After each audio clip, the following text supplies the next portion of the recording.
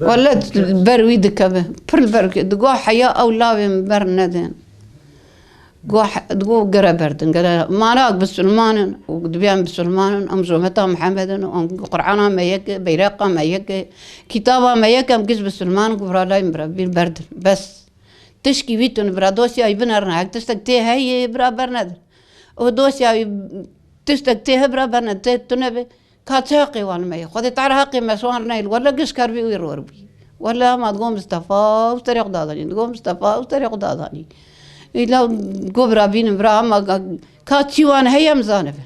Abim 21 yıldır cezaevindedir. 21 yıl boyunca annem babam sürekli onun için cezaevine gidip geldiler. Üzüldüler. Bu üzüntüden dolayı zaten babamın durumu şu anda ondan dolayı bu şekildedir. Çünkü gittikleri yer cezaeviydi. Bayağı bir kilometre vardı. 150 kilometre falan. Kendileri de yaşlıydı. Yaşları 69. Şu anda 69 yaşında. Git gel bu şekilde yani hem üzüntüden hem de yaşlılığın verdiği şeyden dolayı şu anda babam yoğun bakımda. Bundan dolayı da gerçekten de yetkililere buradan sesleniyorum. Yani eğer cezaevinde Mustafa Dayan'ın abimi görüştürebilirseler, şu anda yoğun bakımda olan babam da görüştürebilseler çok iyi olur. Çünkü kendisi cezaevinde 21 yıl boyunca babam onu ziyaret etti. Bir sefer de olsun yani kendisi gelip babasından helallik istese. Gerçi konuşma fonksiyonları şu anda yoktur. En azından gelip görse yani o duyguyu bir sefer bile yaşasa yine yani kendisi için yeterlidir.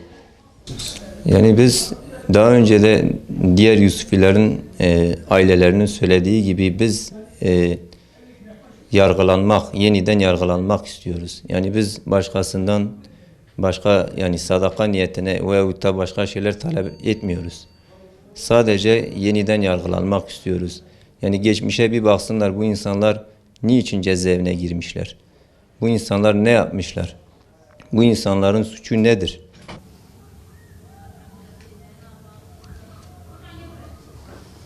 Yeter. Daha dayanacak halimiz kalmadı. Bunlara bir çare bulsun. Çıkarsın, dosyasını getirsin, masaya yatırsın. Benim oğlum vesaire arkadaşları, eğer suçları camide, Kur'an'da başka bir suç varsa verdiği cezayı müstahaktır, içeride kalsınlar.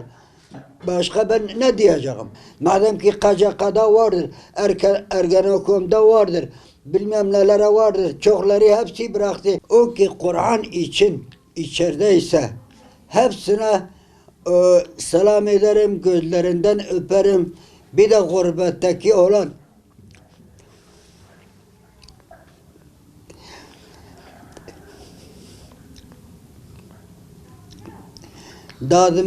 damadıma ve kızıma Abdülvahap ikinci yeğenime